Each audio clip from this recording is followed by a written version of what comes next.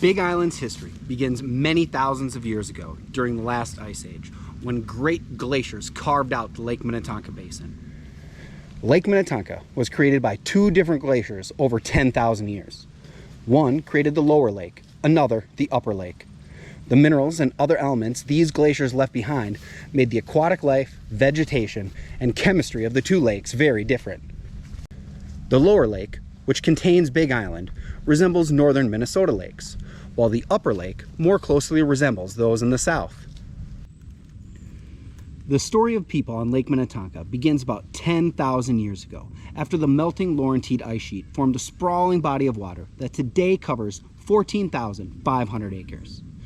Early inhabitants are often described by time periods, such as the Archaic, habitation by crossing from Asia, or the woodland, the increasing use of agriculture.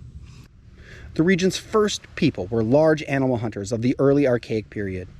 Later inhabitants of the woodland period constructed massive mounds used for ceremonial, burial, and even residential purposes. More than 12,000 burial mounds were built in Minnesota, 400 to 600 of those on the shores of Lake Minnetonka alone, with as many as 15 on Big Island itself.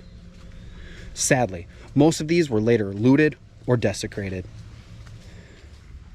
There were many different groups in the Lake Minnetonka area during the woodland period, as evidenced by the many artifacts they left behind.